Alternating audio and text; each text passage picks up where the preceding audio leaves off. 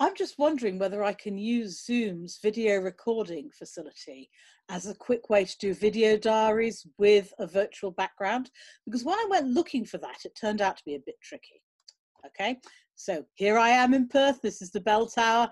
Much I can bore for England about the Perth bell tower at this point. You haven't seen anything yet.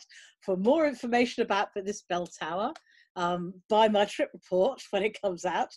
But in the meantime, here's some things. The bell tower was built for the Millennium. It's a Millennium project. It's much taller than this. You can only see this bit of it. You can go round it on Google Street View, and I'd recommend doing that, especially if you've got an Oculus Quest. Its bells came from London. Now, why? Good question. It turns out to be complicated. There were some people, they were very powerful. They were fond of bell ringing. Somehow, the bells from St Martin's in the Fields ended up in Perth and a giant bell tower was built for them. I think that's the fundamental of it. Why did it happen? No one else was in the room where it happened. Nobody quite knows. Certainly the people of Perth don't know. Everything about the bell tower is a mystery to the inhabitants of Perth, but it's the second largest ring of bells in the world. It now has 18 bells. 12 of them came from St Martin's in the Field in Trafalgar Square, and the other 6 were mined out of mines in Western Australia. So I've been wandering around Perth today. I've discovered lots of interesting things. Perth has a lot of money. All the money in Perth has come out of the mines in Western Australia. What else do we need to know about Perth? Perth is very big. I think I didn't quite realise it on the map, but it's huge. I conflated and I did some walking around Elizabeth Quay, which is kind of the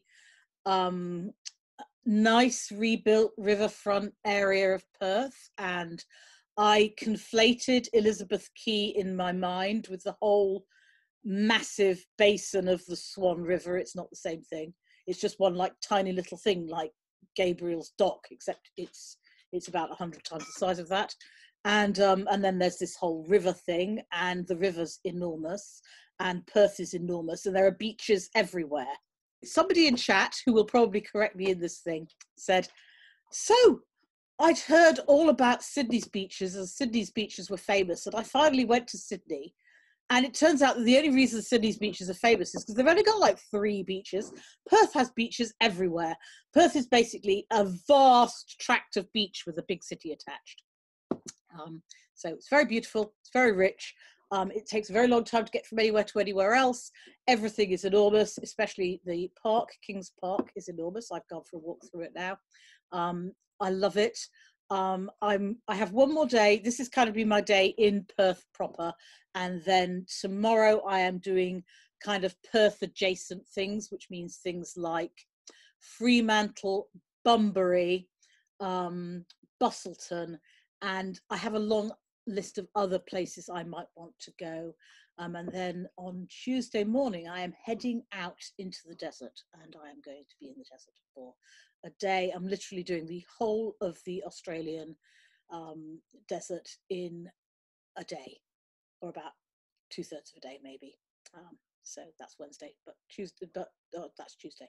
Yeah, so tomorrow things around Perth, Tuesday the desert.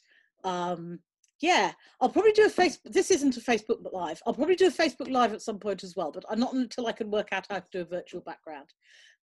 In the meantime, if you have any questions, ask me about them, and I will try and answer them some other time. And do come to a meetup. The next meetup I'm definitely having is 6:30 on Tuesday. There'll probably be one at that's 6:30 Perth time, 11:30 a.m. UK time.